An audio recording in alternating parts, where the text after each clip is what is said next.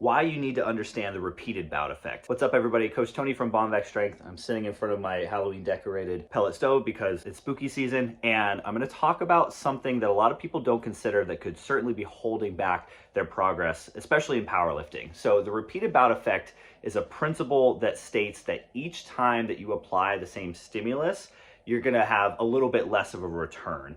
Meaning that, okay, the same time you do the same exercise with the same sets and the same number of reps and the same weight, it gets a little bit less productive because our bodies adapt to the stimulus that we apply to it, and it becomes more resistant to that stimulus each time. The first time that I go in and I bench 225 pounds is probably going to be pretty hard because I've never done it before.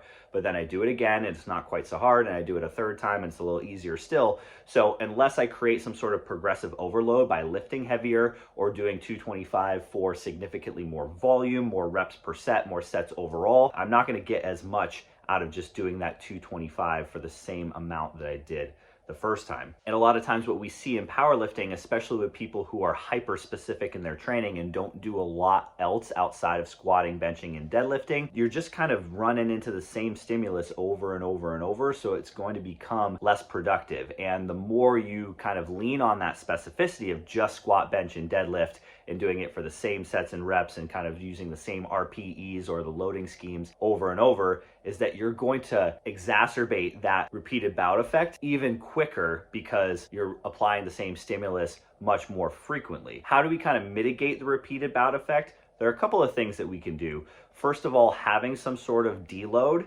is going to help resensitize you to that same stimulus. I've talked before about not deloading on a regular basis, and I still think it's a good idea to kind of let a lifter run out their progress as long as possible before then applying a deload. Deloading preemptively can kind of stop you short of the progress you are making. And if we deload, it gives us a period where the loading is less, the volume is less, and then once you return to training after a deload, you're a bit more sensitive to whatever sort of stimulus you want to throw at it. Next, having some sort of level of variability in your exercise selection and in your loading schemes can be really helpful. I talked about undulation a couple of videos ago. So undulation is a way of alternating the sets, reps, and loading that you're using. If you undulate, so if each time you do a certain lift within a training week, or if you rotate through different loading protocols on a weekly basis, that helps kind of stave off the repeated bout effect because you're not doing the exact same thing every week. From an exercise selection standpoint, if you think of something on the extreme end of something like a conjugate method where you're rotating out the max effort exercises every single week, so you very rarely do the same max effort exercise, you're not going to get much of a repeated bout effect there because you're not really doing the same exercise ever. Does that kind of fail the specificity test? Is it going to be really hard to get good at competition style squatting, benching, and deadlifting that way? Maybe, but there's something to be learned from that, and perhaps rotating out your main exercises more often than what you would otherwise is another way to kind of keep the repeated bout effect at bay. And then finally, having some sort of phases or seasons to your training I find is really helpful. So if you look at kind of by the book block periodization, you have phases where you do strictly hypertrophy work for a certain amount of time, general strength work for a certain amount of time, and strictly peaking right before a competition. And I don't think it has to be that cut and dry, but having some sort of seasonality to your training where you're not always doing the same thing makes a lot of sense. So maybe there are phases where you are doing more hypertrophy work, and if you haven't done sets of 8 to 12 in a long time, you've been doing nothing but sets of 1 to 3, and you go back around to those higher rep ranges, you're going to be incredibly sensitive to putting on muscle mass because you haven't been training it recently. Subsequently, if you kind of move from doing that higher rep range, high volume training, and then you start adding in singles, doubles, and triples again,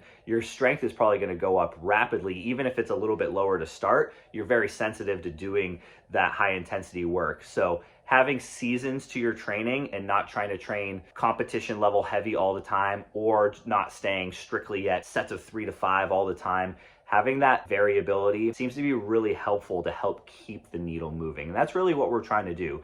We're always trying to go forward. Forever forward's our tagline. You're always trying to find a way to get a little bit better, trying to find a way to induce that progressive overload. And it's not as simple as just doing the same thing over and over and adding a couple pounds to the bar here, adding a couple extra reps here. You have to be a little bit more strategic with it because the repeated bout effect is a very real thing, and we're trying to get around it at all costs.